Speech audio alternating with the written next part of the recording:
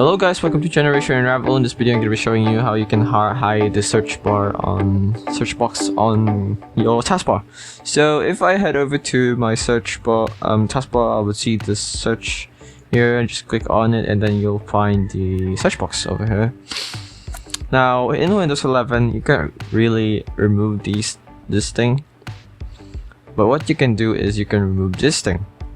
What you need to do is just right click here on taskbar settings, and then you'll find here search. You can hide that if you want. Search icon only, search icon label, whatever. So if you go search icon and label, you see that it says search now. It's not different. So search icon only, like it's just the same. Okay, I guess that doesn't work. Or whatever. What is important is that if you want hide it, just click on hide and it should hide everything. The search button.